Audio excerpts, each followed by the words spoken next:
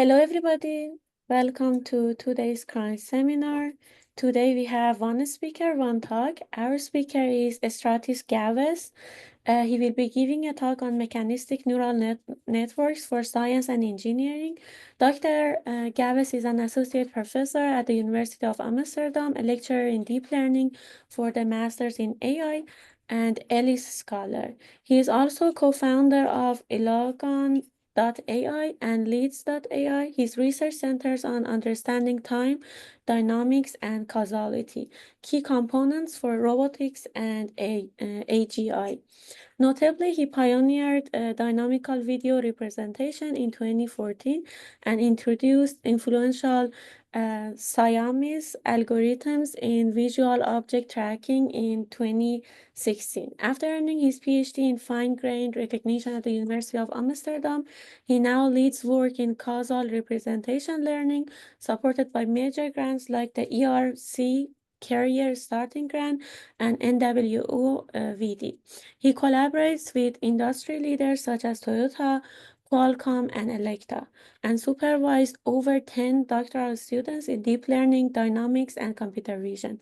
With that short introduction, the floor is yours, and you can start your presentation.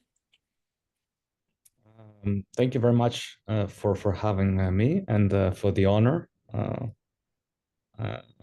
It's fantastic to be able to present to the Mecca.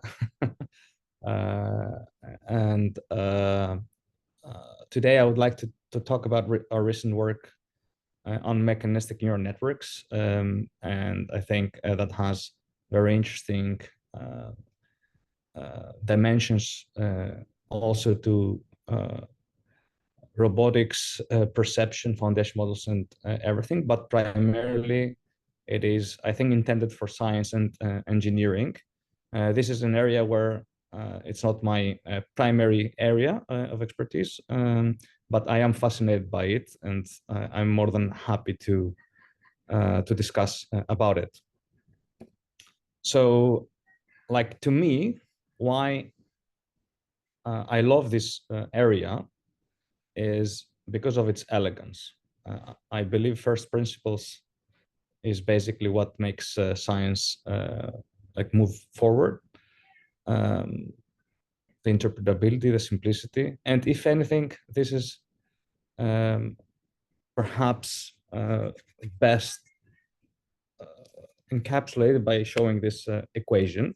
I'm not going to pretend that I'm an expert here, but I believe that's one of the most recognizable equations ever. And yeah, it's supposed to describe fundamental aspects of our reality. Everybody understands the importance. And this comes in very stark contrast, actually, with neural networks. Neural networks are famously a black box. They don't have any equations. They don't have any symbols. There is not really any interpretability. In fact, years or even by now, even a decade of research has been spent on how to make them more interpretable.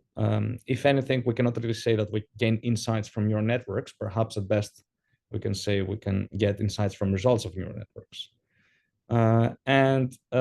Well, the contrast is stark and inspiring. So for me, it's very interesting to understand why is that the case, like why neural networks are so good actually in so many things, in prediction and predictive tasks. ChatGPT and everything has been an inspiration as well, but it cannot explain really very well in terms of first principles, in terms of symbols that appear somehow de novo. It cannot really explain things in a single equation. That's perhaps the most common phrase that I hear from laymen. So why bother with mechanisms and with governing equations? Well, from my perspective, and again, that's not my primary area, although I'm very interested in, like, I'm trying to get into as much as I can.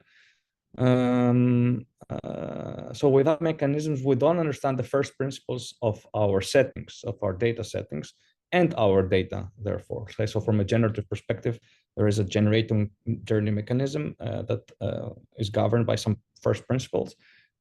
when we don't really account for this mechanism, for these principles, we just don't have the proper insights. We have a black box. That is a more theoretical, maybe more intellectual perspective on things, but there are also very important practical aspects. We cannot give guarantees without knowing the mechanisms, and we cannot test for corner cases. So for me, it's going to be almost hopeless to try to do robots without some sort of like mechanistic understanding of what's going on in the neural network of the robot.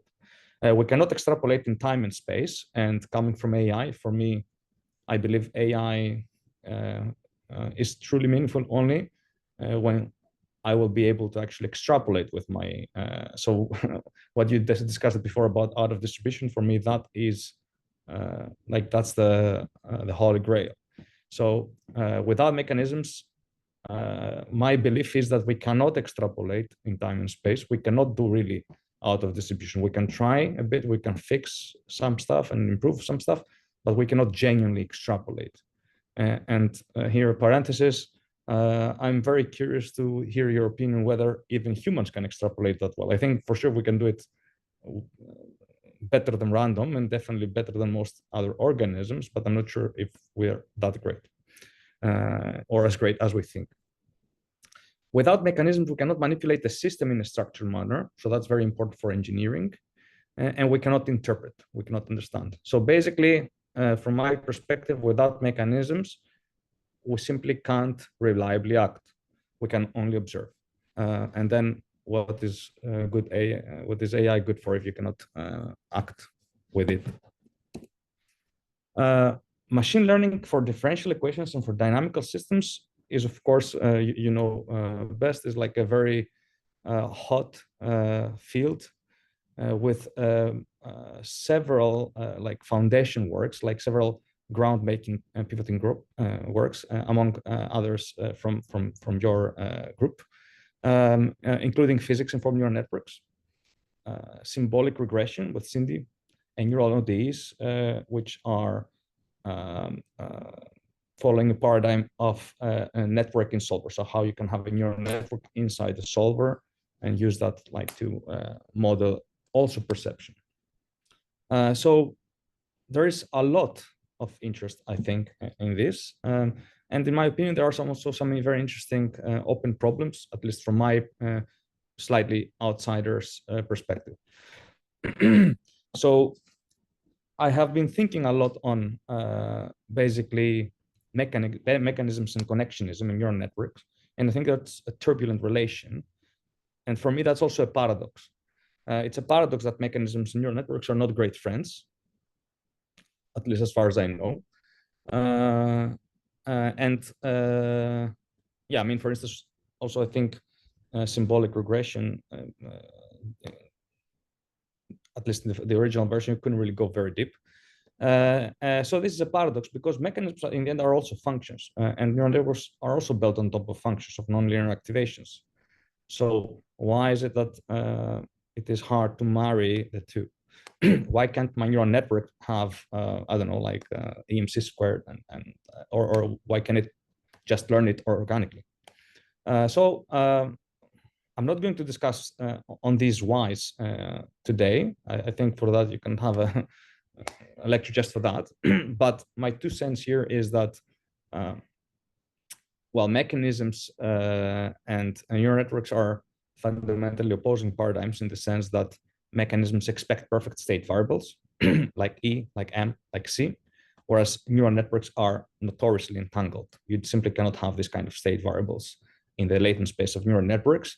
A lot of people try to do disentanglement. I'm also working on causal representations, but I don't think we are at that level of maturity that would be required to derive mechanisms just as easily. A second very big reason from where I stand is that mechanisms have to be unique. Maybe there can be several mechanisms that explain the same phenomenon, but in principle, we expect them to be unique. However, neural networks and the neural parameter spaces are infinitely symmetrical. There are so many different solutions. If anything, neural networks are so robust because of that. and this comes into contrast with the uniqueness expected by mechanisms. So how do we actually then address this? Like we try to address these points, and this was our first work that was presented a few months ago on ISML on mechanistic neural networks with Adil Purves and Francesco Locatello, back then in Max Planck and now in ISTA, Austria. So what we would like to ideally have with mechanisms and neural networks. So from my perspective, a first objective is we would like to have our neural activations to be ODEs or PDEs, like so equations of ODEs and PDEs, and not just numbers. I don't want to have ideally I wouldn't like to have just like numerical vectors that represent my data. I would like to have a function. Like so basically I would like my neural network to have a functional prior like that. And I would like this to be like stackable. I'm not sure if that's a proper English word, but I would like these equations, like I would like to stack one on top of the other. Of course, neural networks do that to an extent, or not to a very large extent with ReLUs and everything. However, not with mechanisms. So not with OD and PD equations, that is. A second objective is that I would like to have all operations to be natively, so end-to-end neural. Of course, you can do all sorts of combinations externally and try to fix things a posteriori. However, the best benefits, what we know historically and from the bitter lesson and so on, is that we want scale and we want end-to-endness. A third objective is that we want the models to be batch parallel in GPU. That's a practical it's a practical consideration, but not only practical. It can also be from a computational perspective. It can be also quite important from a theoretical perspective, in the sense that if it's batch parallel, then we can do much larger scale training, and then we can have better generalization.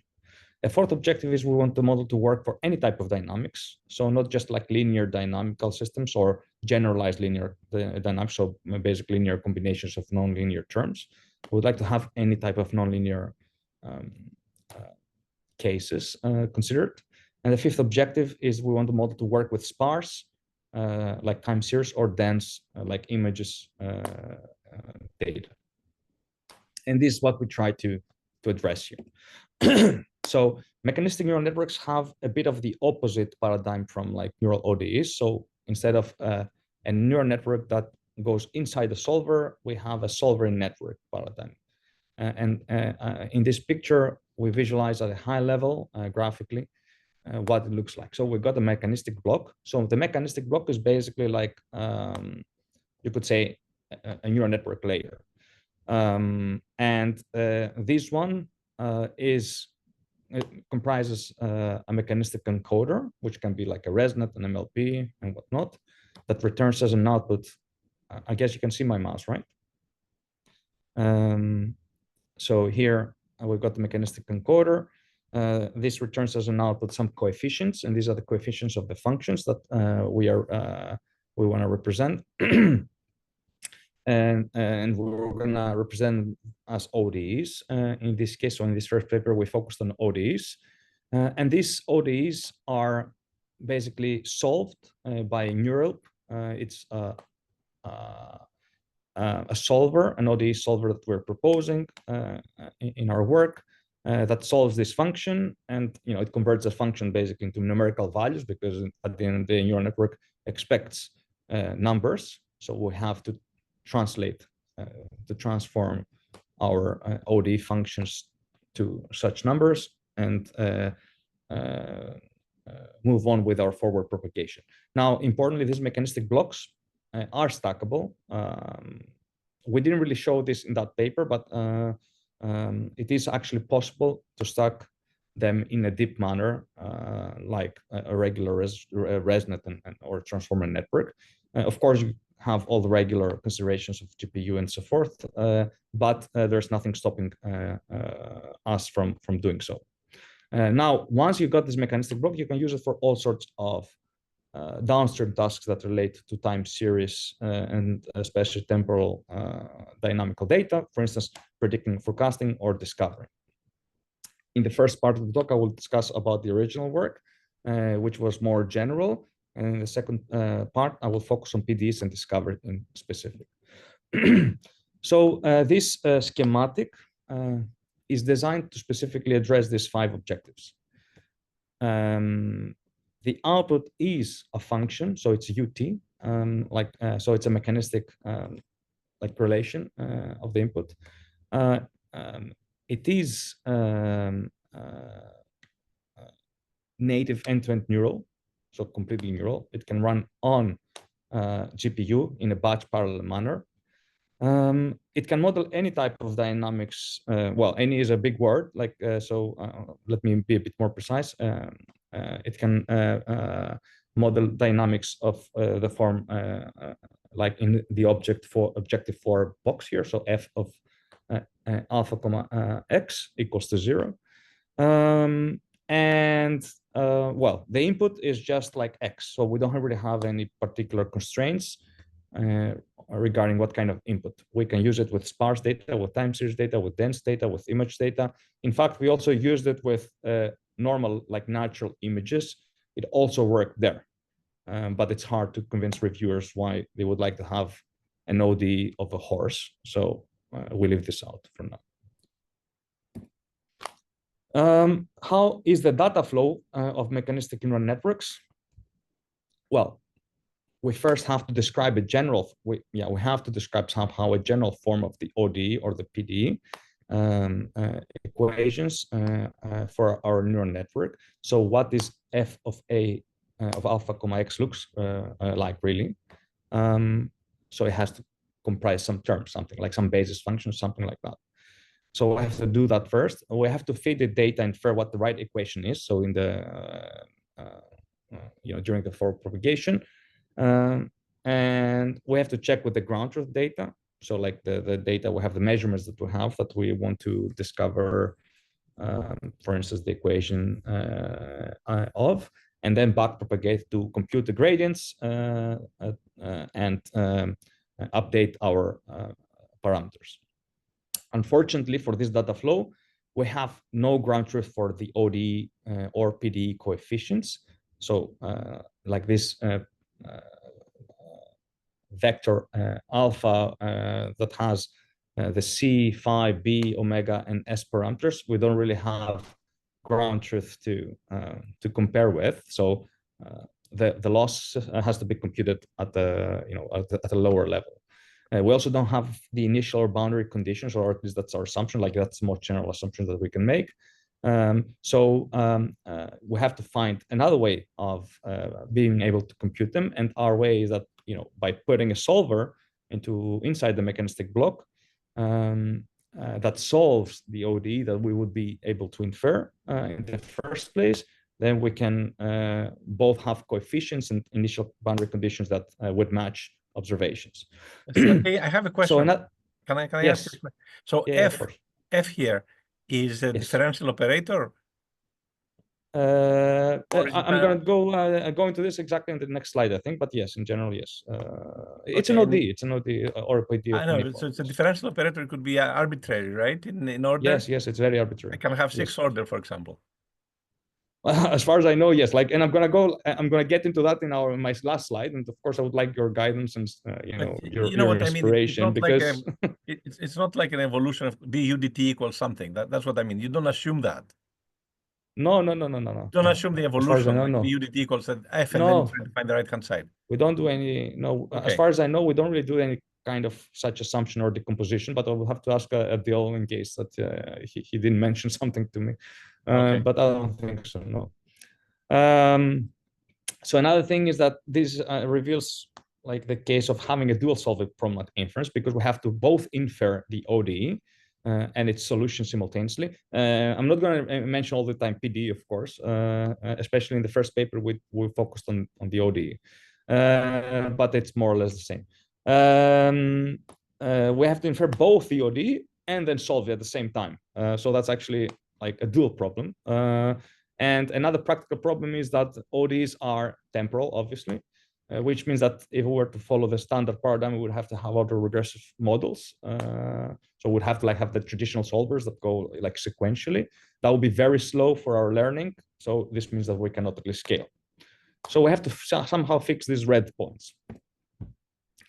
Now, the neural block, the function, the representation that we have here is a general function, functional, which can be described in the general case as a sum of linear and nonlinear terms. So these are indeed differential operators, like the u to the I for the linear case. And the nonlinear terms means that we can, for instance, have a hyperbolic tangent of the derivatives of any ordered derivative, second, third, sixth, 10th, whatever. The parameters C, phi, and B are coefficients, right? So this would be normally the coefficients of an ODE or a PDE. And in our case, these are learnable functions. So we have a neural network which maps to them. Our neural network is the mechanistic encoder, but it's like just simply like an MLP or a ResNet. Because we don't have the ground truth, as I said, for these coefficients, we need the efficient solver and then use that solution, u prime, and so forth, for every new forward propagation. Now, like the secret, like the key idea here, like what I guess like others must have thought about this before. What sort of makes our work, like what's the key technical innovation of our work is the neural relaxed linear programming solver, or neural, which works as follows. So basically, we made the observation, first of all, the key, like let's say theoretical insight that solving linear ODEs can be casted as solving a linear program. That was an old result from the 60s. And the good thing is that linear programs, unlike ODEs, can be parallelized. So we can put them in a GPU. So what we do is then that we discretize the ODE over a grid, because, okay, like in general, the form is continuous. So we obtain in the end a continuous form, but to be able to do computations, we have to discretize in the meantime. And the coefficients C, B, and the steps ST are all neural network outputs. So actually with this solver, we can also learn, we not only have adaptive steps, so the steps don't have to be uniform or preset, we can actually learn them. We can learn them such that they're optimal. Also, ODEs often come with constraints and conditions that we might have. Like these are also parameters in our case. We can also learn them with the same neural network. And the good thing about the neural solver is that it reduces the ODE solving to a constraint optimization problem. I had a and how? Sure. Suku from UCD. Can you go to this slide? So essentially here, your solver is giving you the UIs, right? And you're finding the CIs and BIs from the neural network solver, exactly. the output, right? So it's sort of flipped, right? It's flipped from a conventional neural network where you are seeking, you're seeking U and kind of CI, the forward problem, right? Right. Is that right? Yeah, exactly. Exactly. So normally you would have the C and B because, like, for instance, in a pin, for instance, I suppose. Right. Exactly. Oh, that's very interesting. Yes. Yeah. So that's how the interpretation. I never thought of it like that.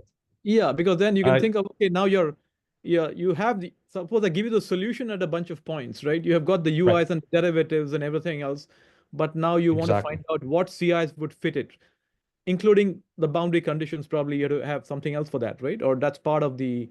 Yeah. So I didn't put it here because it would be like a zoo of symbols, but yes, like constraints and conditions are also right, because the UIs have embedded here, in that. Like the omega. Yeah, exactly. It's the omega here. With omega, we put the initial conditions and the boundary. Yeah. Now I think now I understand it better. Right. Yeah. Sorry, like for the emission. By the way, yeah. Here also, it's implicit. In the general case, we've got both linear terms and non-linear terms. But this, and it's like, let's say, in its original form, the neural solver focuses only on the linear part of the formulation, and I will explain later how we do the nonlinear. So what the linear program looks like, we have a cost, basically that's the linear program here. We want to minimize this quantity, which is like delta transpose z. Z is the optimizing variable. And the cost, we just like set it to 1 for everything. And the optimizing variable, we've got like 3 types of variables. One is the function values and the function derivative values, as you just said.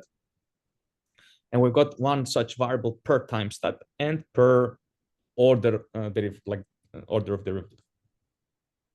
Additionally, we have also a single scalar value variable epsilon. So our overall variable that we want to optimize is z, comma epsilon. And now in terms of equality and inequality constraints, we put them all into a gigantic matrix A and B, beta. And the equality and inequality constraints comprise of 3 categories of constraints, like equation constraints, which is basically describes our ODE or PD that we'll see later on. The initial value constraints, which tells you, more or less what you would like to have in the beginning of your, ODE, and smoothness constraints. The reason we have smoothness constraints is because we are discretizing the ODE here, right?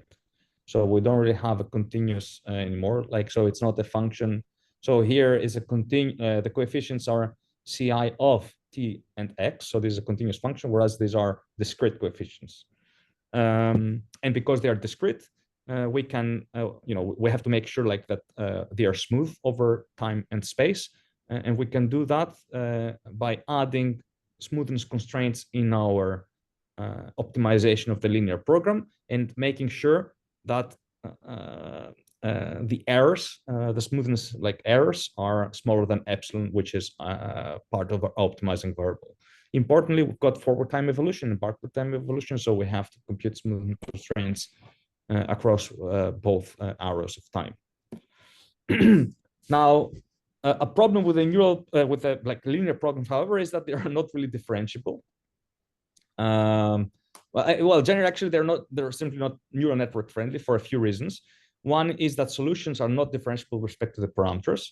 So if we have the simplex here in the picture, basically different solutions correspond to different vertices. This means that when my neural network gives a different solution, I'm jumping on this polytope. So it's not like continuous smooth transition. So I cannot really have good gradients there. Another one is that specialized solvers cannot parallelize easily, at least the ones that we had available to us. And a practical constraint is also that constraint matrices are simply too large for solvers. So when we have batches of lots of data points, that soon becomes infeasible. So what we do instead is we relax the linear program to a quadratic program by adding a very small quadratic term. And we cast this as a KKT optimization problem. We solve the KKT conditions. We show that we can have similar error bounds like the Euler solver while being much faster, as a matter of fact. And for nonlinear IDs, the nonlinear terms are pushed to the neural network loss function.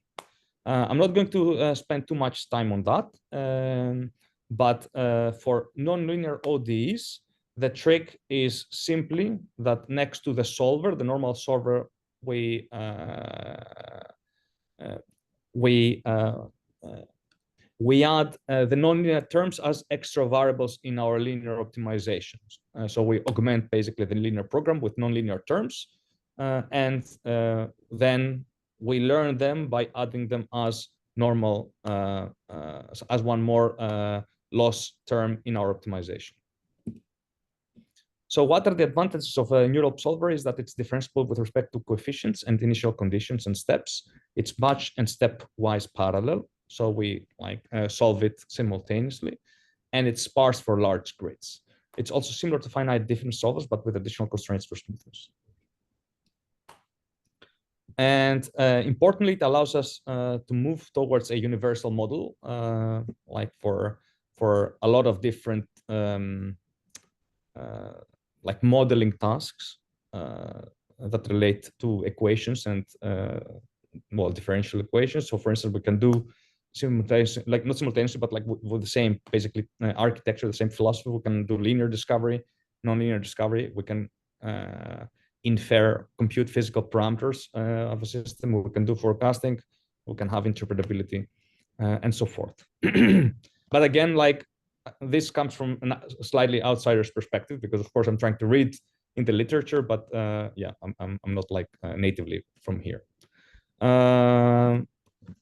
And as far as applications are concerned, I think I have to speed up a bit. I've got 45 minutes, I think, right? Well, you can discover physical parameters. So here we're having a two-body problem where we have orbits with normalized true and learned force vectors. We can compute them pretty nicely. And I have to say here, like Adil was not really doing his best in, let's say, fine-tune, like finding good hyperparameters. So like that was more or less like a Friday afternoon project for him to like to run these experiments. I'm sure like one can do better, but it is possible to compute, for instance, the mass ratio or the force distribution from observations, for as long as I mean the problem here is that quite often you need extra information, like it's nilpost problem. But if you can somehow constrain your problem, mechanistic neural networks can actually infer these physical parameters. You can use them for PDE solving, so not like governing equations, but just solving. And we show that we're quite competitive with traditional methods like FNO or the LSPDA from Johannes Brasteder. And we can also use it for forecasting. Like for instance, we run it on the JPL Horizon planetary ephemeridus dataset with significant, like an order of magnitude lower errors compared to neural ODE variants. However, for me, the most exciting application relates to what I mentioned in my first slide. And I don't know if there is really like usefulness in it. I just do it because I love it. And I hope that something will come out of it. And this is like doing it for PDs for governing equations. So what I mean here is that we observed in practice that neural does not scale very well when going to PDEs, so to partial differential equations, like the numbers are vast.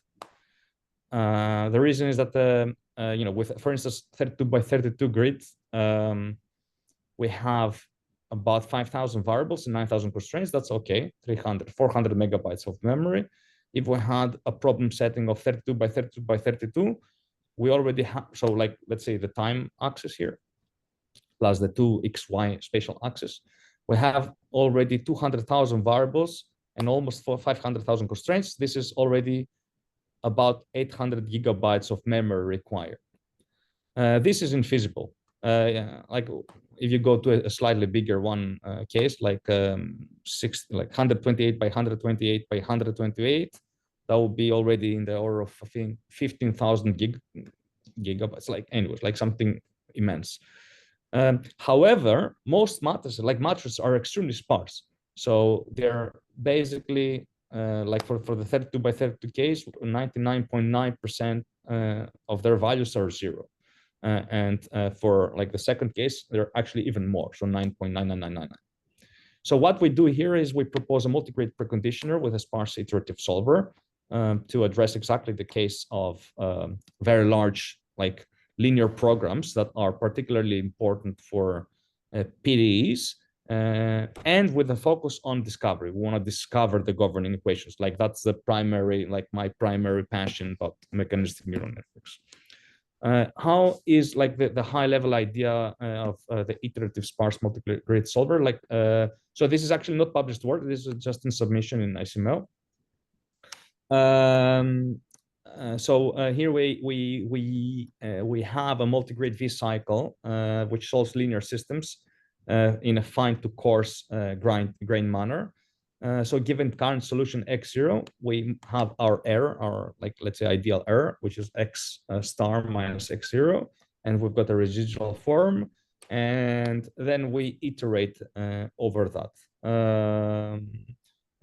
And by doing that, like the main reason why we do that is because then we can use this multi-grid V cycle to precondition the FGMRS linear solver, which is the flexible variant of the Krylov subspace solver GMRS. Now, if you ask me, I'm not an optimization guy, so like that's more of Adil's expertise. But the important thing here is that if we have an iterative solver, that would normally not give good enough solutions in the general case unless it is preconditioned well enough. And we can use this fine to coarse-grained multi-grid approach, multi-grid V-cycle approach, to achieve a good enough preconditioning for the FGMRS linear solver to work.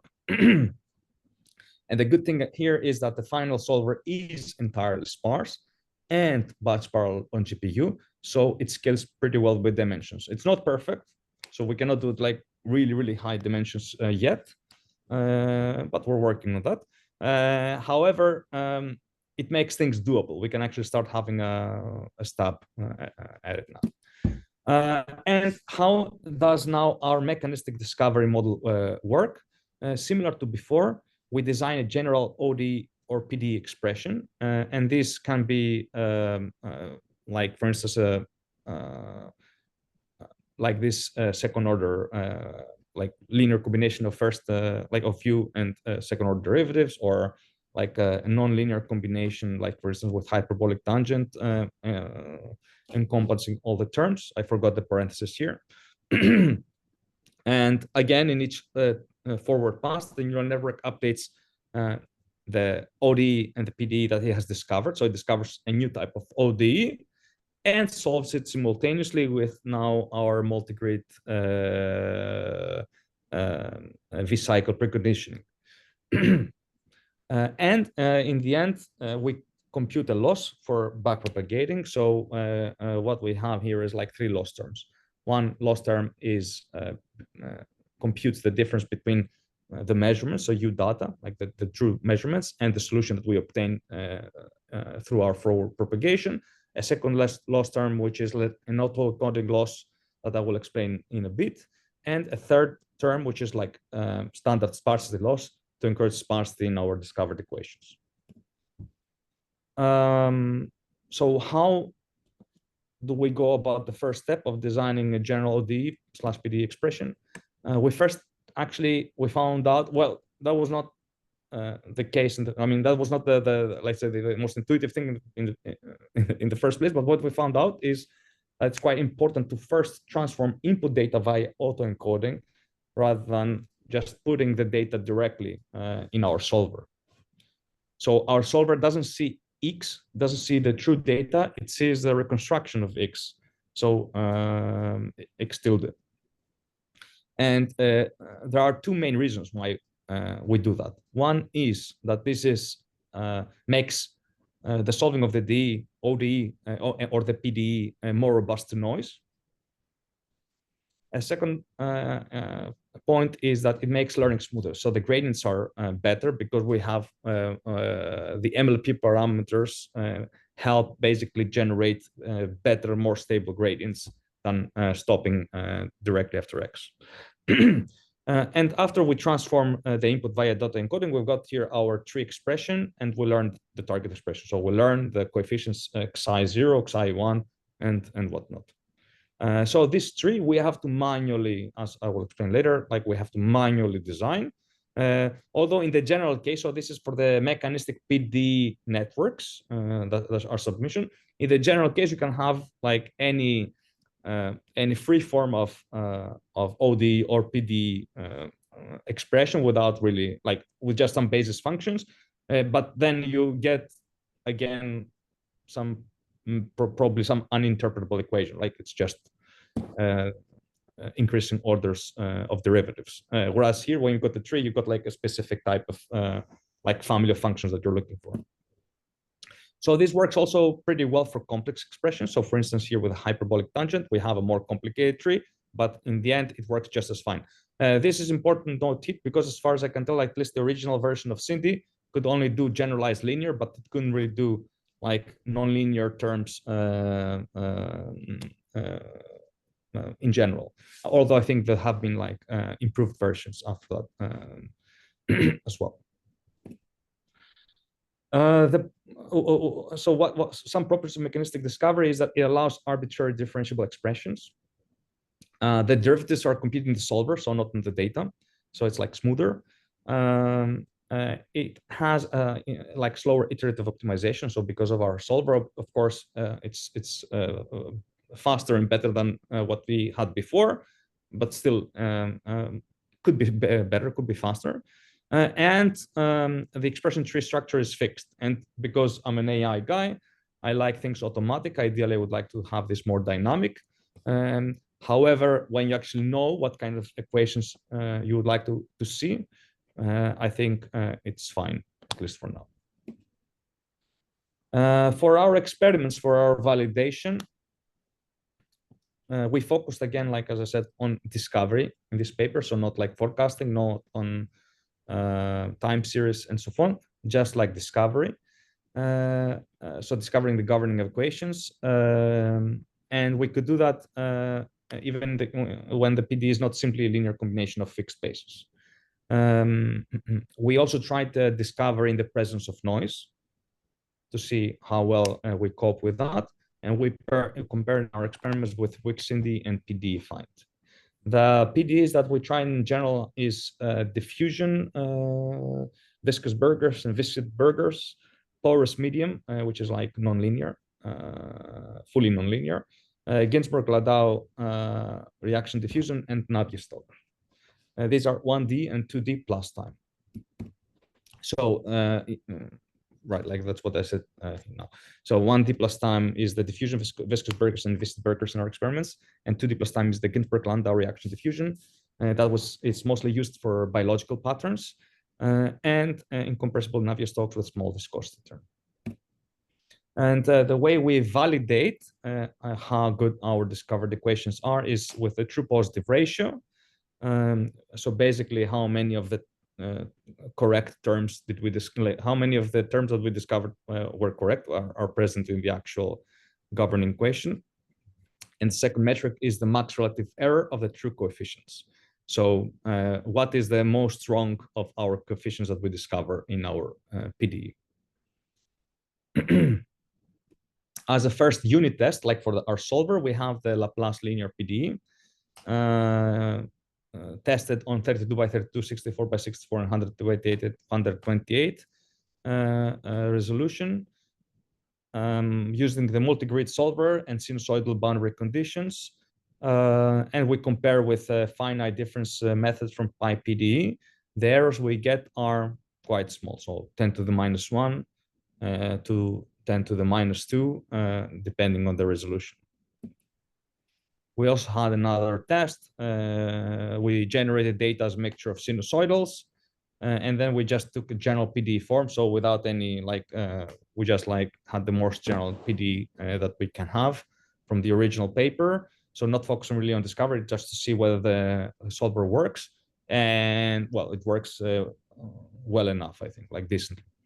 And now for I had a short the actual question. Sure. On the Laplace equation, on the Laplace. Right. Yeah, so here, what are you finding? You're searching for the coefficient, which is 1, or? I think here we just want to make sure that the solver, like if you have the actual correct PDE, whether the solver can obtain like a good solution.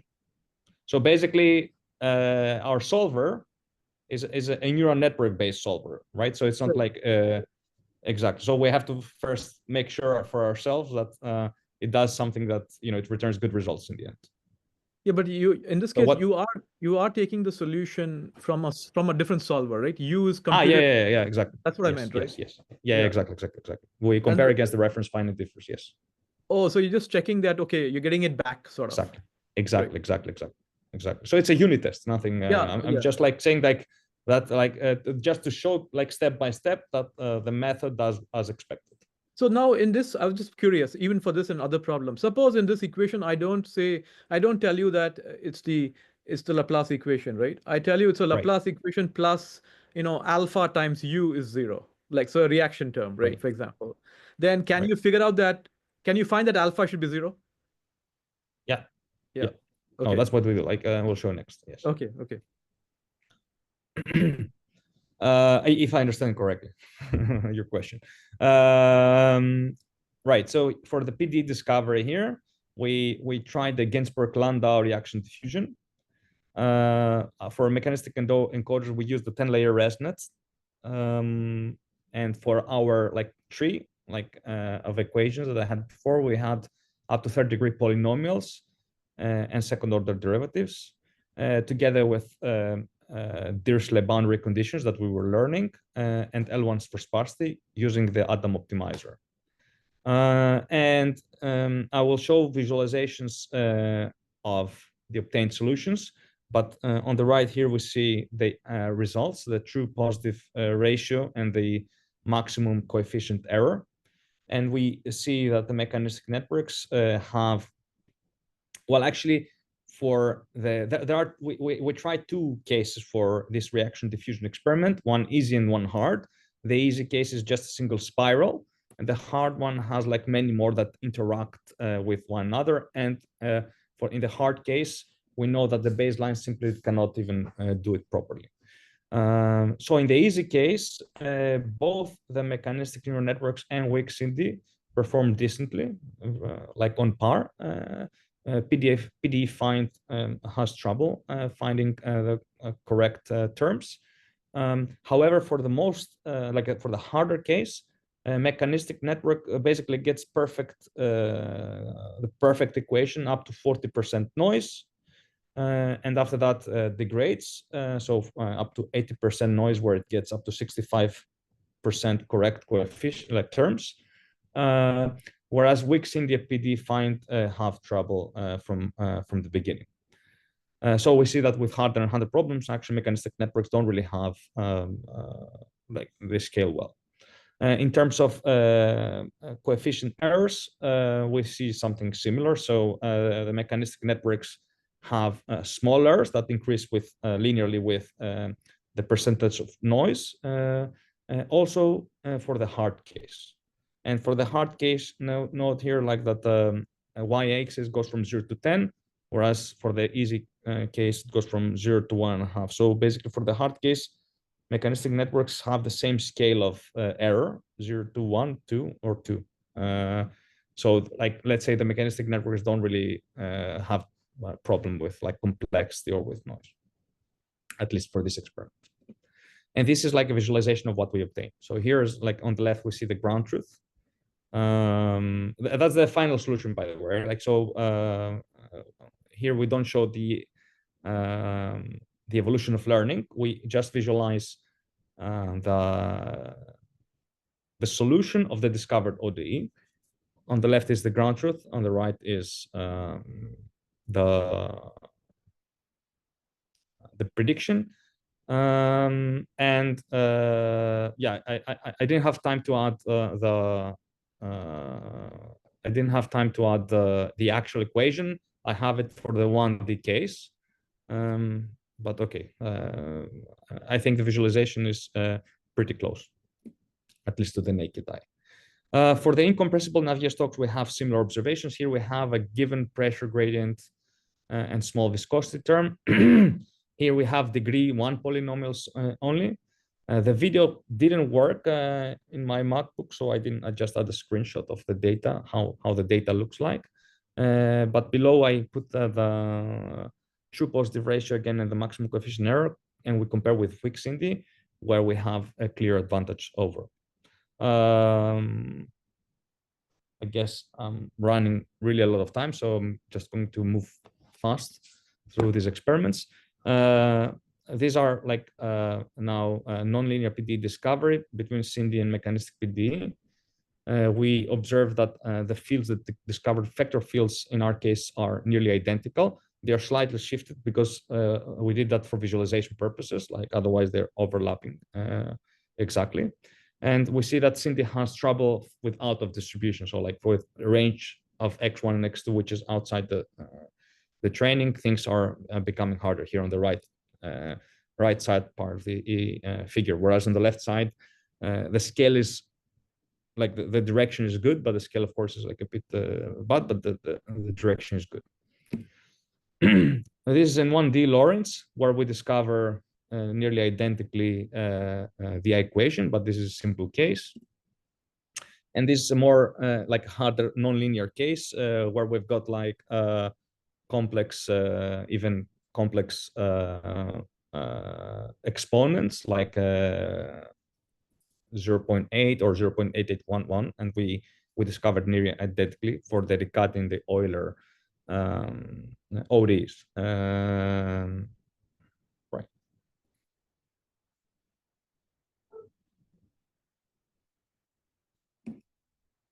This is another visualization for the 1D diffusion. And here I plot also the discovered equation through time, so how it adapts during the learning. So this video is actually, the video time shows how the learning improves and how it obtains different and hopefully better equations. And in this visualization, we show the effect of having or not having a noise. In both cases, the visualization is good, with noise is decent, I would say. Perhaps even better. Yeah, generally we didn't really observe big problems. Did you talk about how much data you're using in these cases? Like what is the input? I didn't hear the input. The data. No, I actually didn't talk about that. That's a very good question. I don't remember it by heart, but I don't think it's anything excessive. I think we're just using the standard video. Because it's crucial, right? Yes, it is very crucial. Yes. For what I mean, for sure, we use exactly the same data for all the methods. Not we don't really No, sure. We don't use more data than others. Yeah, so you basically do exactly what Cindy does, but I don't know what Cindy does. Right. So like, I mean, that depends on the exact problem equation. Like, so let me. So I know that the mini batches would use are 32 by 32 by 32 for times 8. But I don't remember exactly the temporal lengths. That's the thing. Like, but other than that, we're just using like basically the video data of the time evolution of the system. I will get back to you with that. Like I will look into the paper and I will get back to you on that. So this was for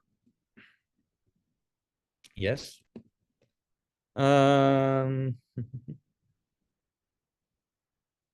Yeah, so that's like one more result, but I think okay, like that's more or less the same in the same line.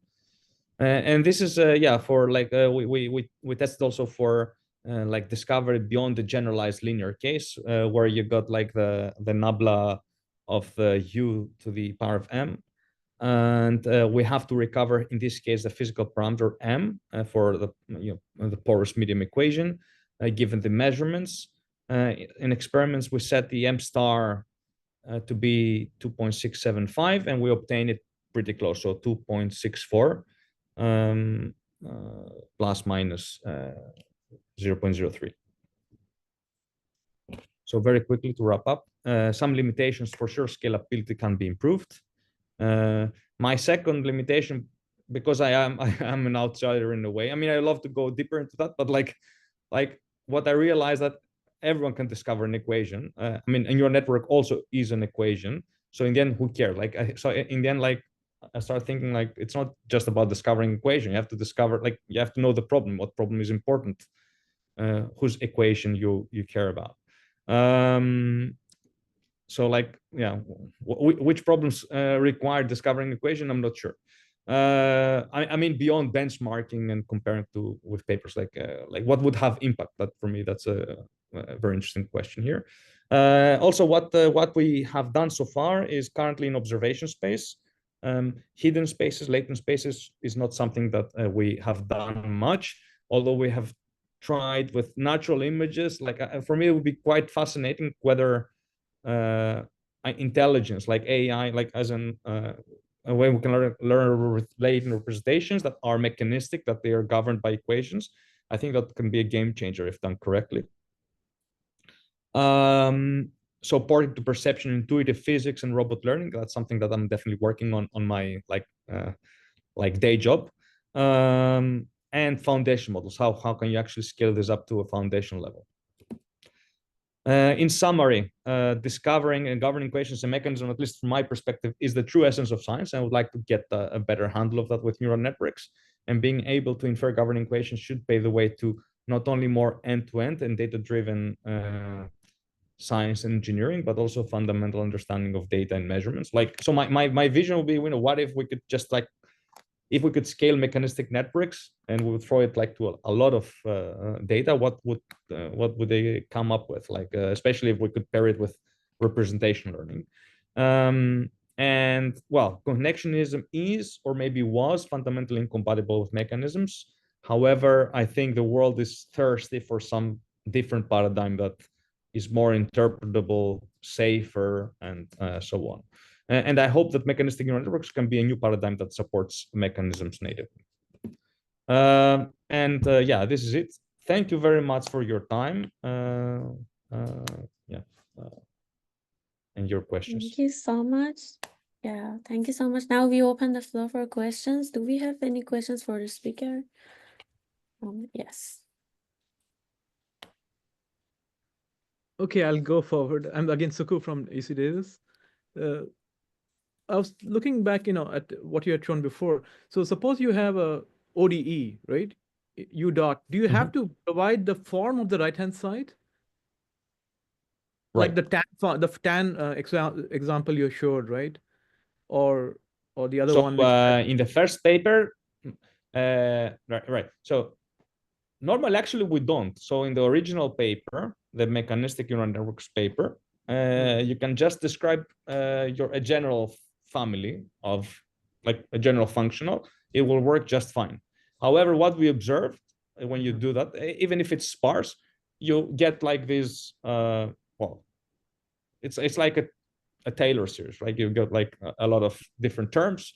I wouldn't really say this interpretable or a governing function per se, right? Like it's just like terms together, but it can work, yes, just as fine.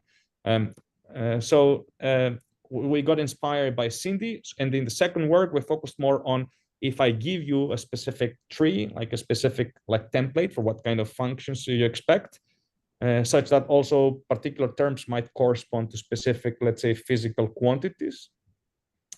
Then what happens? So in that case, you have to give the tree, of course, but you don't. But it's not necessary. No. So in some sense, your tree can have many. So like a library, right? Essentially, you can have many different choices of the right-hand side. Like U dot is something on the right-hand side, which is say nonlinear. But I can tell you, okay, I have like 1,000 different choices, let's say, and then it'll pick the best one and then find the coefficients that are the best for that. Is that kind of right? Exactly. Okay. Right. Exactly. So also one more thing, going back to what you were saying, why do you care about your last slide, right? So suppose I have a temporal phenomena, right? I'm just observing something with time, let's say, something that is evolving with time. So I know, okay, U dot is something, right? Let's say, and it has no physics or I don't have an equation for it or whatever, right? But now possibly you could fit an equation to it, right? That might be one avenue or something more complex, of course, or climate or something else, right? Where No, exactly. But but what about climate, right? Like so I start talking now to people like climate scientists and engineers and physicists. Like I'm talking to everyone, and it's hard like to somehow like everyone understands the relevance, right? Or you might just fabricate. How about you just synthetically create data, right, from some equation that no one tells you. Ask someone else to create an equation, right? Create data from equation, right, and give it to you, and you run it through your simulator, your network, your mechanistic network, and then you tell them, oh, this is the equation you gave me, or something like that, right?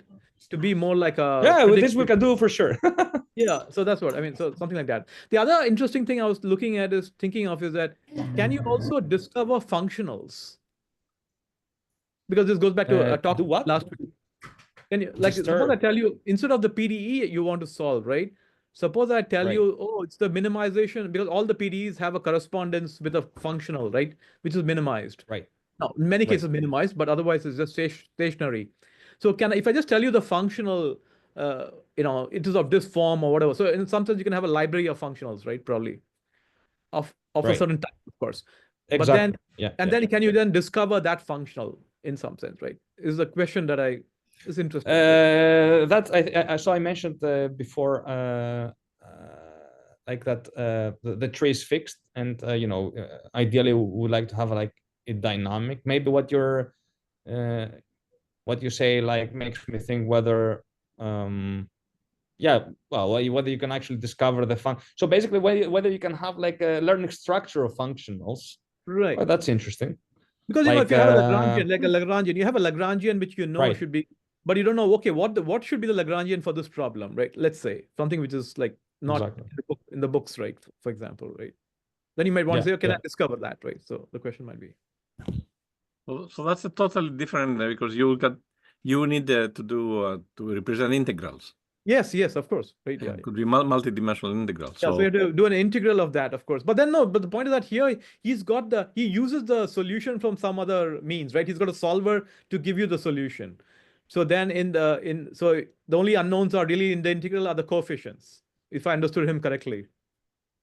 Mm-hmm. He needs to find the equation first. He needs to find the. I have to find the equation as well. So that's the problem. Yeah, he needs kernels maybe for the for this integral for the function. I know what you're thinking of. Yeah. Anyway, but even for elliptic problems, you would need. Sure. But statisticians are very ambitious in trying to discover new things. There is a paper by in Nature, like maybe 10 days ago, where they had they found using a mechanistic analog, they found equations for crowd movements. And yes, I saw it. That was fantastic. Right. So this data, I communicate with the authors. I think that at least the Paloma data, they said they are available, so they can give you the data. So then you can discover equations because nobody. We are also in this game, but nobody has discovered anything new. I discovered some equations because I use fractional calculus. So these are new equations in porous media. But otherwise, everybody has rediscovered the equations that we know. Exactly. That pisses me off a bit. So it defeats I want to do something new. But in social dynamics, in computational social dynamics, there is actually a lot of, and then also I think there's another science paper where they tracked all the people in the from 10 different marathons. So that they have a lot of data there. So would you find it interesting? Like if you would read a paper that says like the marathon runners have a particular equation that they run. No, actually the equation they derived, the people derived, and the equation derived is Navier-Stokes equation plus with a source term. It's like a fluidic equation because it's in the limit, so it makes sense. So it's not very different from what you're doing, but the data is different, and there is that's where the opportunity is. But it's a good method. No, what perfect. you have is a good method. It's complementary to what exists out there. Yeah. Thank you very much for the compliment. I'm quite excited with it. What I say is more about the who cares is like so I heard a lot about AI for science. I mean, I know about AI for science, but there's still a gap because when I go talk to somebody, I mean, I don't even know what is the right question. Like so, when I think like when I say who cares, is more like finding the right scientific question that would benefit from the existence of having an equation like that. And I mean, I guess that's just talking to people. I don't know. But regarding your first slide, EA equals MC square, I don't know if do you know how to derive it? If not, I haven't tried for a long time. I'll send you a page and a half. Somebody who is visiting here, Snedek Bazan from Northwestern, just send me a derivation that he shows to the students. It's a page and a half. Really? Elementary derivation of E equals MC square. You don't need to know only physics from high school. You can follow it. So I'll send you that. That's cool. It's a fun nighttime reading. Bedtime ready. No, that sounds really exciting. Thanks. Okay. Yeah, I see. Of course, I follow also all your papers. I see you publish in Nature and everything, and I'm a bit of jealous. Like that's like exactly like sounds so exciting. Jealous in a good way, of course. I think like that's like where AI should also go, like more of a first principle approach rather than brute force. I don't know what's your opinion on ChatGPT. Like that was also mentioned before. Yeah, but I think like we're missing something somehow. We can discuss another time over wine. That sounds excellent. Or beer, maybe in Amsterdam. For sure. But thanks for stopping by. Yes, definitely. Thank you so much. Do we have any other comments, questions from the audience? I don't think so. Thank you for your great talk. And thank you everybody for joining us today. It's time to close the session. I hope everybody has a great weekend ahead. Bye. Bye.